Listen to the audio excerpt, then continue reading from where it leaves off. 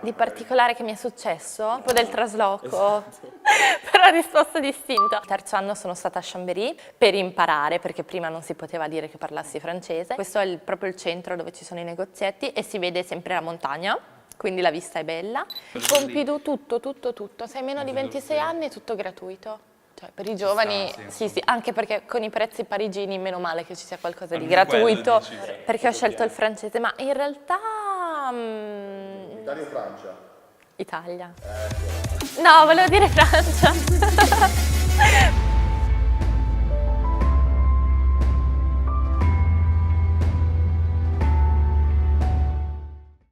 In triennale ho fatto appunto la binazionale a Chambéry che la nostra università offre, ho fatto l'intero anno accademico quella volta lì, quindi sono rimasta 9 mesi praticamente. Comunque rimanere un anno lì, anche avere delle coinquiline perché eravamo in casa con 2 ragazze francesi e parlare praticamente tutto il giorno in francese è un'altra cosa. I primi 2 anni si trascorrono all'Università del Piemonte Orientale da noi e il terzo anno si fa all'Université Savoie-Mont Blanc a Chambéry e sostanzialmente alla fine del percorso si ottengono 2 lauree, una laurea francese con un voto su 20 che è espresso in ventesimi e una laurea italiana che è espressa, vabbè, su 110 normalmente. Per quanto riguarda Chambéry, diciamo che la vita che ho condotto là, il terzo anno, meno male che c'era la Giulia, tra parentesi, è stata piuttosto chiusa perché non siamo riuscite a interagire con i compagni francesi. Cioè non è andata malissimo perché comunque ci siamo fatte buona compagnia per 9 mesi, io e la Giulia, è diventata una veramente delle mie più care amiche. Comunque abbiamo imparato tipo ad arrangiarci tra di noi. In realtà andavamo tipo spesso a camminare, c'era un parco che mi piaceva molto dietro casa, la patinoire dove andavo, facevo i miei giri tutti i giorni, un'oretta,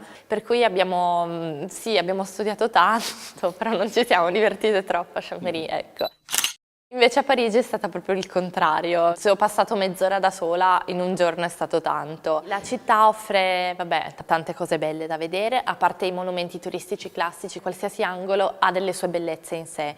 Ad esempio Notre Dame, vabbè, è famosissima, però quando si passa dai giardinetti dietro, si fa il giro da dietro e si cammina lungo la Senna, lì è veramente veramente bello in primavera con tutti i ciliegi in fiore. Cioè, veramente c'è un canale, si chiama Canal Saint-Martin, che ricorda molto Amsterdam, e la sera, ma qualunque sera, anche il lunedì sera in settimana, cioè è pieno di gente che arriva lì, si siede, si bevono la loro cosa, mangiano qualcosina e stanno veramente in compagnia. Sono stata, vabbè, a Paris Diderot, che è un'università sulla Rive Gauche nel XIII, è una delle ultime tipo ristrutturate a Parigi. C'è da dire che noi studenti italiani in realtà siamo molto preparati rispetto ai nostri colleghi europei, perché esattamente il metodo di lavoro è diverso, cioè si hanno più esami da fare la stessa settimana, io sono arrivata a farne 3 un giorno, però sono tipo verifiche del liceo, non c'è mai magari un libro intero da studiare, sono più che altro appunti, slide, oppure degli exposé che sarebbero tipo delle presentazioni davanti alla classe e praticamente sei valutato da gennaio fino a maggio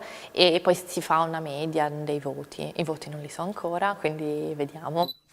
C'è una frase che dice Paris en fête, ma è vero, è veramente una festa. Tutti sono molto aperti alla vita, aperti a socializzare, si divertono. Lunedì sera organizzavano il Café des Langues, che sarebbe una serata per gli studenti Erasmus in cui potevi parlare ovviamente francese ma anche inglese e veramente interagivi con ragazzi di tutte le nazionalità, per cui era una grande occasione di incontro, cioè veramente arrivavi lì e sembrava tipo il bar di paese dopo un po' perché ti conoscevi tutti, ti raccontavi la settimana. E vabbè, poi in realtà ho conosciuto il mio gruppo di amici con cui abbiamo sempre fatto cose, siamo diventati veramente una seconda famiglia, cioè ero veramente spaesata quando sono arrivata a Parigi, cioè, ti faccio un esempio, non sono stata sorteggiata per non avere una residenza, per cui ho traslocato 5 volte in 5 mesi, praticamente ho la media di un trasloco al mese. Ho iniziato a vivere nel 13°, che era il quartiere vicino all'università, mi sono trasferita poi nel 15, che è un quartiere molto carino, poi mi sono trasferita nel 10° a Belleville, che invece è la zona tra virgolette popolare della città. L'ultimo trasloco è stato epico perché l'ho fatto in metro con tutti i miei amici, eravamo in 8 e non avevo più neanche le valigie, avevo 2 valigie e tutto il resto era nei sacchi della spazzatura, per cui un gruppo di forza, cioè siamo stati lì l'uno per l'altro, cioè, oltre a esserci divertiti assieme abbiamo anche fatto cioè, cose importanti l'uno per l'altro, siamo stati vicini. Sono vabbè Dora, Elisa, Camilla, Anna, Silvia e Asi, perché abbiamo anche formato The Casas, in realtà era il nostro gruppo, sarebbero le iniziali dei nostri nomi. No, non esagero quando dico che sono una seconda famiglia per me, perché comunque in momenti di sconforto ci sono stati anche magari problemi di famiglia o problemi personali. Comunque l'Erasmus perfetto secondo me sarebbe una crasi tra l'Università di Chambéry e la vita di Parigi. Siamo arrivati a conoscere tanta gente, ad esempio alla mia festa di addio abbiamo fatto un gruppo su Facebook dove avevamo 80 persone, io e la mia amica che partivamo.